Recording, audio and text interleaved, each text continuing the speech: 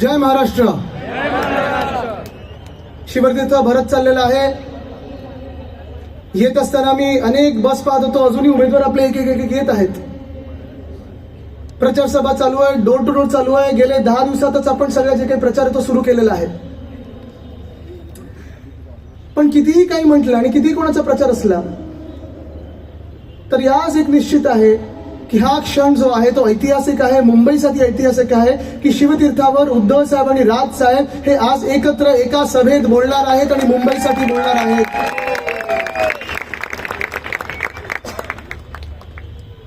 ही निवडणूक महत्वाची तर आहेच. ही निवडणूक आपल्या मुंबईची आहे, ही निवडणूक आपल्या महाराष्ट्राची आहे, ही निवडणूक आपल्या अस्मितेची आहे, ही निवडणूक आपल्या अस्मितेची आहे. पण ह्याच्याही पलीकडे जाऊन जे मला आपल्याला सांगायचं आहे ते हेच आहे की मतदार राजा, ही निवडणूक गटर, वॉटर, मीटर ह्याच्याबद्दल आहे. बाकी कुठच्याही विषयावर लक्ष देऊ नका. भाजपवाल्यांकडून जर आपण प्रचार पाहिलात तर आपल्यामध्ये आणि त्यांच्यामध्ये जो फरक आहे तो स्पष्ट दिसत आहे. आपले होर्डिंग जे आहेत ती आपण करून दाखवलेली कामं लावलेली आहेत आणि तो आपला ट्रॅक रेकॉर्ड आहे. 2002 असेल, 2007 असेल, 2012 असेल, 2017 असेल आणि ही निवडणूक देखील आपण करून दाखवलेल्या कामांवर करत आहोत, त्याच्यावरच लढत आहोत. भाजप सारख्या विचित्र ऍबस्ट्रॅक्ट आयडियाजवर लढत नाही आहोत. पुढचा जो टप्पा आहे शब्द ठाकरेंचा, तो ह्या मुंबईमध्ये आपण काय करणार आहोत त्याच्यावर बोलत आहोत. पण भाजपचे होर्डिंग तुम्ही पाहिलेत का? कसे आहेत, कोण आहेत भाजपच्या होर्डिंगवर? 2 चेहरे आहेत, 2 चेहरे. मला तुम्ही सांगा, ते 2 जे चेहरे आहेत, प्रधानमंत्र्यांचे असतील किंवा मुख्यमंत्र्यांचे असतील, त्यांचं ह्या मुंबईला किंवा आपल्या महाराष्ट्राला योगदान काय आहे जरा मला सांगा. सांगू शकेल का कोणी? 0. अरे असं कसं तुम्ही बोलता? गिफ्ट सिटी मुंबई मधून गुजरातला देणी कोणी आहे की नाही योगदान? इथून उद्योगधंदे पळवून नेले गुजरातला कोणी आहे की नाही योगदान? आपला सामान्य माणूस मग जात पात धर्म न पाहता, मराठी अमराठी न पाहता जी परवडणारी बीएसटी बस सेवा आपण लोकांना द्यायचो, मुंबईकरांना द्यायचो, ते मारण्याचं काम, ते प्रायव्हेटायझेशनचं काम कोणी केलं? भाजपाने केलेलं आहे, मिंदेंनी केलेलं आहे. हे त्यांचं योगदान आहे. तुम्ही त्यांना मतदान करणार आहे का? हा निर्णय तुमचा असणार आहे. तुम्ही ठरवू शकता. येत्या 15 तारखेची जी निवडणूक आहे त्याच्यात निर्णय तुमचा असणार आहे, निर्णय मुंबईचा असणार आहे, निर्णय आपल्या 29 शहरांचा असणार आहे.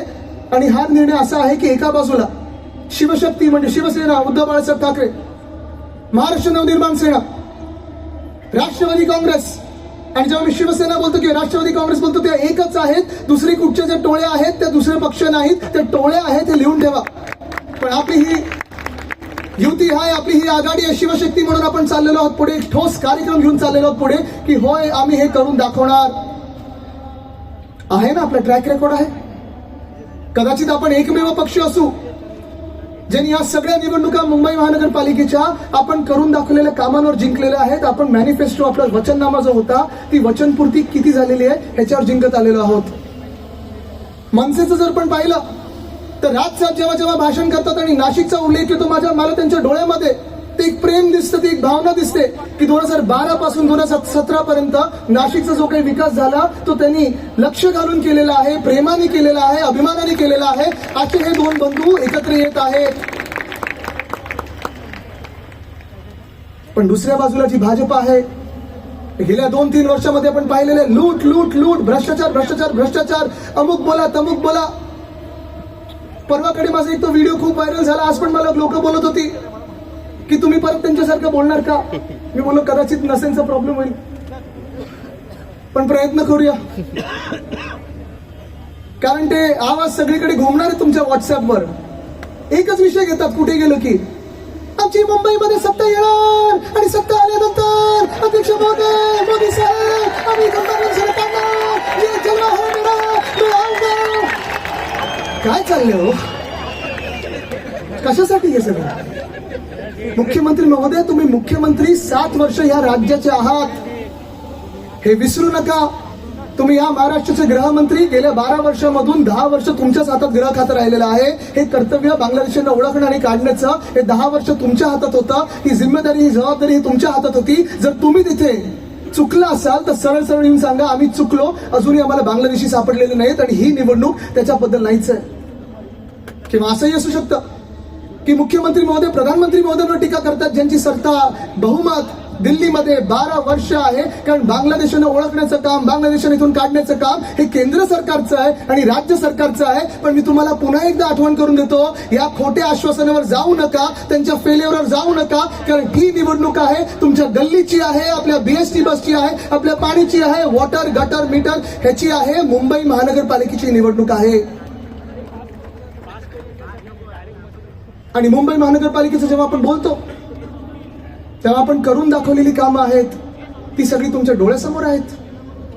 अनेकदा मला प्रश्न विचारलेला आहे की भाजपवाले म्हणतात आदित्य की तुम्ही काहीच नाही केलं तुमच्या 25 वर्षाच्या काळामध्ये.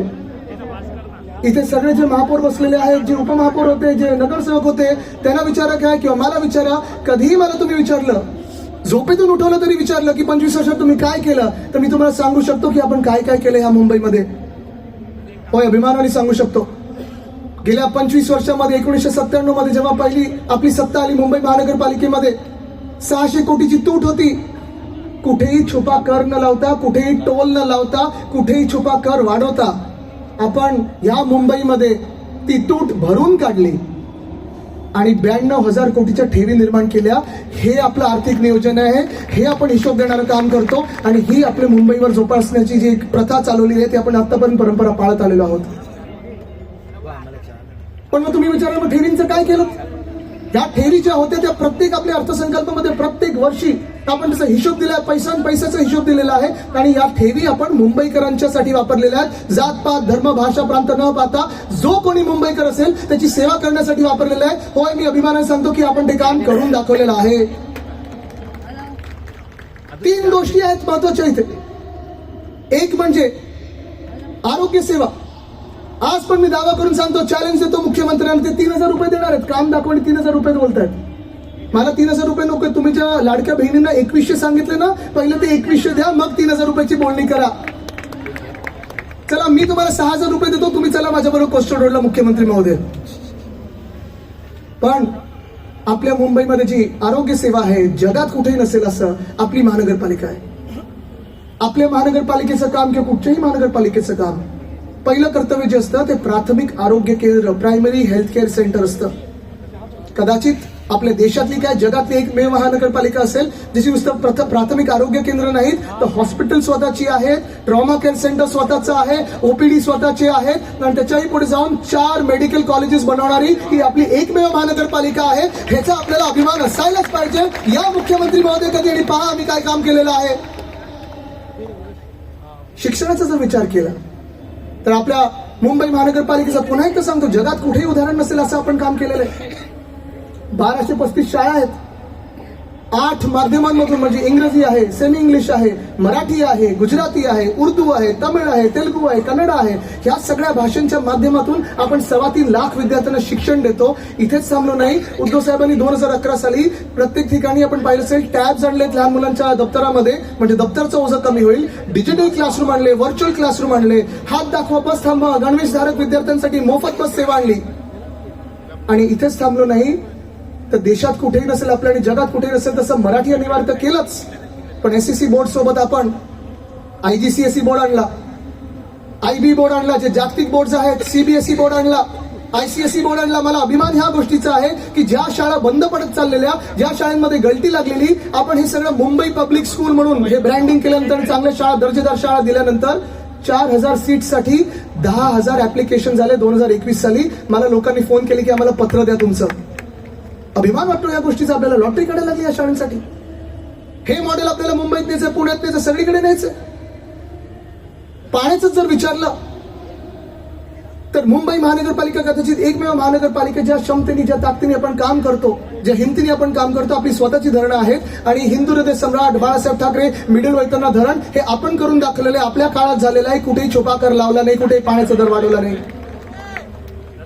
डिसॅलिनेशनचा प्लांट आपण उभारत होतो, ह्या मिंदे सरकारने बंद केलाय. पण माझा शब्द आहे तुम्हाला की ज्या दिवशी आपले महापौर बसतील येत्या 16 तारखेला डिसॅलिनेशनच्या प्लांटच्या माध्यमातून 400 मिली लिटर पुन्हा एकदा पाणी आपण या शहरासाठी सुरू करू. बीएसटी बस सेवा, इथे बीएसटी किती लोक वापरतात जरा हात वरती करावं. सगळे वापरतात? किती वर्ष वापरत आहे? आपल्या काळात वापरत होतात का? किती भाडं होतं? 5 रुपये ना. 5 किलोमीटर 5 रुपये, 10 किलोमीटर 10 रुपये, 15 किलोमीटर 15 रुपये, 20 किलोमीटर कुठेही जायचं असेल तर 20 रुपये तुम्ही जाऊ शकता. एसी बसेस 4000 बसेस आणल्या होत्या. 10,000 इलेक्ट्रिक बस आपण आणणार होतो आणि ते आपण आणणार 900 डबल डेकर इलेक्ट्रिक बस आणणार होतो. पण आता काय झालंय? भाडं परवडतंय का? तिप्पट भाडं झालं. तिप्पट 60 रुपये भाडं झालंय.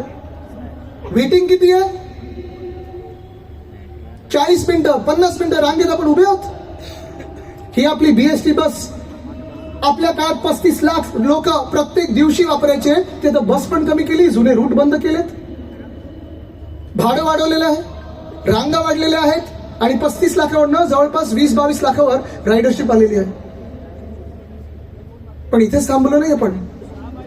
एसटीपीचं मला तुम्हाला आठवण करून द्यायचे. सिवेज ट्रीटमेंट प्लांट आपलं सरकार पडल्या मोदी साहेब आले होते आणि त्यांनी भाषण केलं भूमिपूजन करताना की मैंने आपको तोहफा दिया 18,000 कोटी का.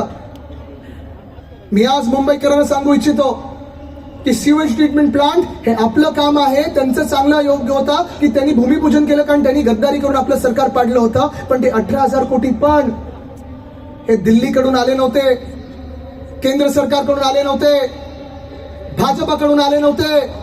हे आपण शिवसेना म्हणून ज्या ठेवी बनवून ठेवल्या होत्या त्या ठेवींमधून आर्थिक नियोजन करून हे 18,000 कोटी या एसटीपी साठी आपण आणले होते. प्रत्येक पैशाचा हिशोब दिलेला आपण, प्रत्येक पैशाचा, प्रत्येक नाण्याचा हिशोब दिलेला आहे. पण हे जसं आहे तसं गोरेगाव मुलीन ड्रिंक रोड आहे. सुनील प्रभू साहेब, तुम्हीच मला वाटतं आपण तेव्हा भूमिपूजन केलं. जिथे मी भूमिपूजन केलं तिथे काम सुरू झालं, मिंदेंचं सरकार आलं, कॉन्ट्रॅक्टर बदलला, एस्केलेशन केलं आणि प्रधानमंत्र्यांच्या हाती परत जिथे मी भूमिपूजन केलेलं तिथेच भूमिपूजन केलं. पण चला, हे सगळ्या गोष्टी ह्या होऊन गेलेल्या आहेत, ह्या करून दाखवलेल्या आहेत. पण एक गोष्टीवर मला ते सतत मुख्यमंत्री सांगत असतात की होय त्यांनी केलं, चुकीचं आहे, चुकीचं खोडून काढणार मी, ते म्हणजे कोस्टल रोड. आता राज साहेब माझे काका असल्यामुळे थोडी लिबर्टी घेतो. तो फोटो आहे का? लाव रे तो फोटो.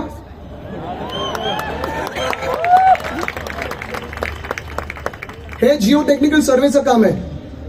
फडणवीस साहेब दिसतात का कुठे? जिओ टेक्निकल सर्वे म्हणजे जेव्हा काम होतं त्याच्या आधीची प्राथमिक तयारी करतो की खाली खोदताना दगड कुठचा असेल, किती खोलीवर जायला पाहिजे, माती कुठच्या प्रकारची आहे. मुंबईत खास करून बसॉल्ट रॉक लागतो. मी आहे, उद्धव साहेब आहेत, मला वाटतं देसाई साहेब दिसत आहेत, अजय मेहता साहेब दिसत आहेत आणि आम्ही बोटीतून गेलो होतो. भाजपा सरकार नव्हतं केलं की शिवस्मारक बांधायचं म्हणून बोटीतून जाऊन जलपूजन केलं आणि मुंबईकरांना फसवलं. असं कधीच केलं नाही, कधीही करणार नाही. हे काम आम्ही करून दाखवलेलं आहे. पुढचा फोटो आहे का भूमिपूजनाचा? हा भूमिपूजनाचा फोटो दिसतोय. फडणवीस साहेब कुठे? चला, फडणवीस साहेबांना 3,000 रुपये देतो. दिसतात का बघा?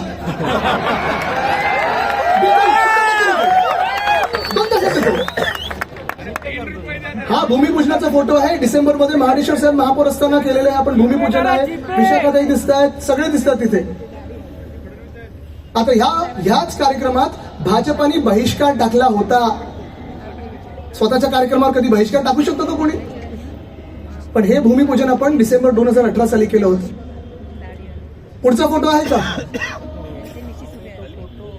हे कोस्टल रोडचं टनल बोरिंग मशीनचं काम सुरू करताना आहे. मास्क आम्ही लावले, थोडी घालून कोणाच्या घरी गेलो नव्हतो, मास्क लावून आम्ही लोकांमध्ये कामं करत होतो. बोलतात ना बाहेर पडलो नाही. बघा पुढे जाऊया. हे टनलचं काम सुरू करताना अश्विनी भिडे जी आहेत, ज्या अधिकारी आहेत, आता सीएमओ मध्ये आमच्याकडे बीएमसी मध्ये होते, चांगलं काम करणारे अधिकारी, त्यांच्या हस्ते उद्धव साहेबांनी ते बटन दाबून घेतलं. पुढे जाऊया. आणि हे ते टनल बोरिंग मशीन, ज्याचा आपल्याला अभिमान असायला पाहिजे की आपल्या काळात आपण हे आणलेलं टनल बोरिंग मशीन आहे. आणि ह्याचं नाव मी मावळा दिलं होतं. मावळा, छत्रपती शिवरायांचा मावळा. जसं त्यांनी सह्याद्रीमध्ये काम केलं तसं आपल्या ह्या टनलिंग मध्ये यांनी काम केलेलं आहे.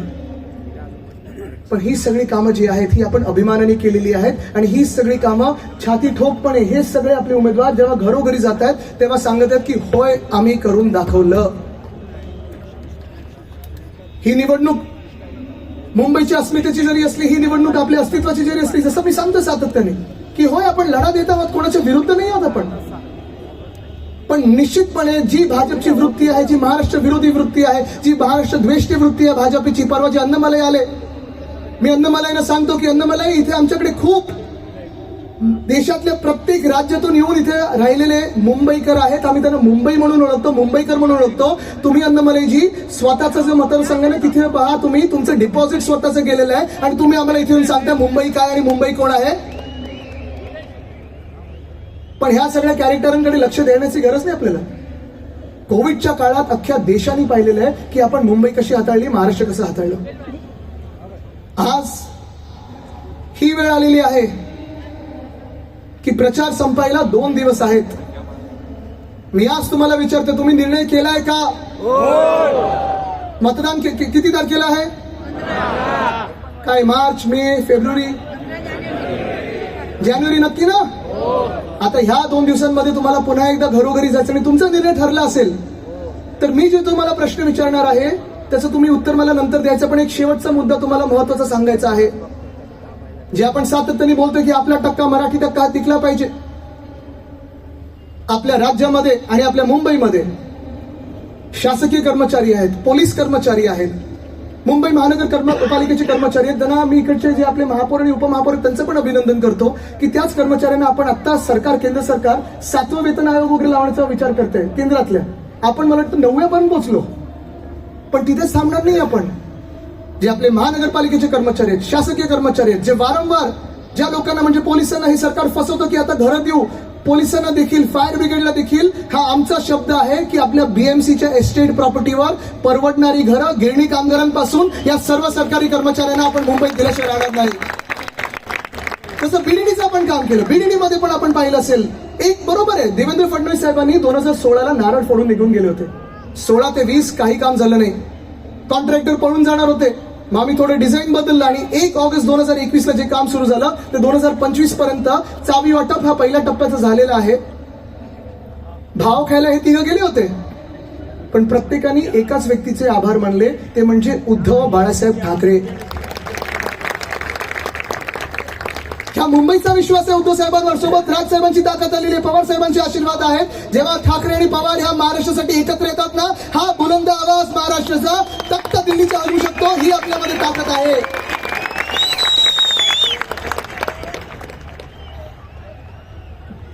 आज मी तुम्हाला विचारणार आहे, जर तुमचा निर्णय झाला असेल कोणाला मतदान करायचं तर तुम्ही ते चिन्ह मला उत्तर देऊन सांगायचं आहे. तुमच्या वॉर्डमध्ये जर मशाल असेल तर तुम्ही तिथून मशाल ओढायचंय. जर तुमच्या वॉर्डमध्ये इंजिन असेल तर इंजिन ओढायचं. जर तुमच्या वॉर्डमध्ये तुतारी वाजवणारा माणूस असेल तर तुतारी वाजवणारा माणूस म्हणून ओरडायचंय. चालेल? चला, आम्ही तुम्हाला तुमची आज टेस्ट घेतो. आपल्याला जर ह्या मुंबईमध्ये बीएमसीच्या एस्टेट प्रॉपर्टीवर परवडणारी घरं आपल्या शासकीय कर्मचाऱ्यांना, पोलीस कर्मचाऱ्यांना,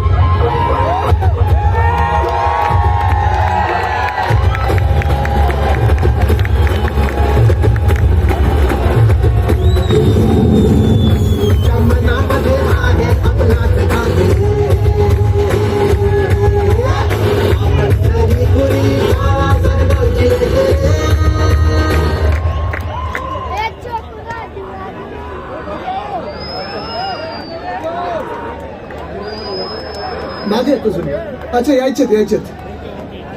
चुकीचा अलार्म. अरे निशाणी बोलायची, म्युझिक नाही लावायचंय. काय तुम्ही पण ठीक आहे, बसून घ्या सगळे, बसून घ्या. चला, तयार आहात? ठीक आहे. मग आता विचारतो मी, जर आपल्या मुंबई महानगरपालिकेच्या बीएमसी एस्टेट प्रॉपर्टीवर गिरणी कामगार, पोलीस कर्मचारी, शासकीय कर्मचारी, महानगरपालिकेच्या कर्मचाऱ्यांसाठी तुम्हाला परवडणारी घरं बांधायची असतील तर तुम्ही कोणाला मतदान करणार?